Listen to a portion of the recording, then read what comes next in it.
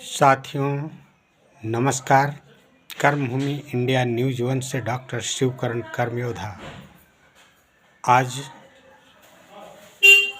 हमारे गृह मंत्री अमित शाह जी ने अंबेडकर अंबेडकर अंबेडकर ऐसे शब्दों से उन्हें अपमानित करने का जो धृष्टता की है, उसके परिप्रेक्ष्य में पूरे देश में बाबा साहब के समर्थक, संवैधानिक समर्थक, संविधान से चलने वाले देश के समर्थक, इन सभी लोगों ने एक बड़ा जन आंदोलन किया जो सड़कों पर उतरे 24 दिसंबर 2024 को। लेकिन सवाल इस बात का है कि क्या अमित शाह ने इस्तीफा दिया? क्या उसने सार्वजनिक तौर पर माफ़ी मांगी?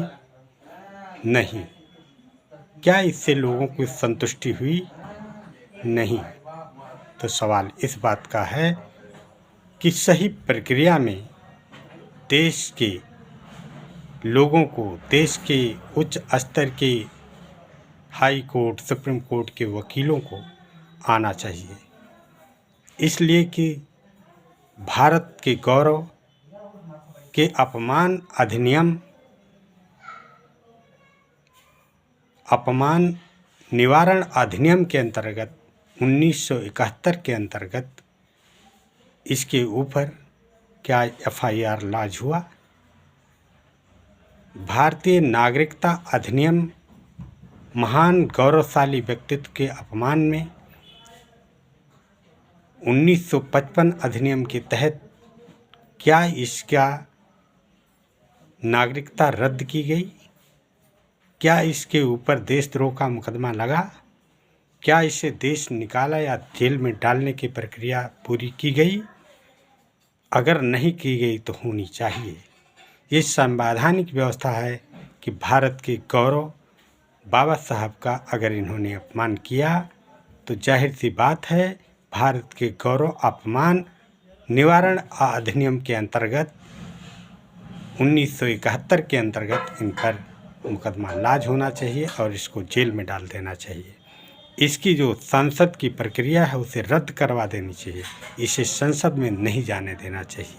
अगर ये हिमाकत करते हैं तो जाहिर सी बात है इन्हें देशद्रोह, देश निकाला भारतीय नागरिकता अधिनियम के अंतर्गत 1955 के अंतर्गत इसे देश से निकाल देना चाहिए। ये हमारे माननीय वकीलों, माननीय हाई कोर्ट और सुप्रीम कोर्ट से अपील की जाती है और इस पर एक दरख्वास्त की जानी चाहिए पूरे देश से कि इसे देश से निकाला और देशद्रोह में इसे जेल में डालना चाहिए।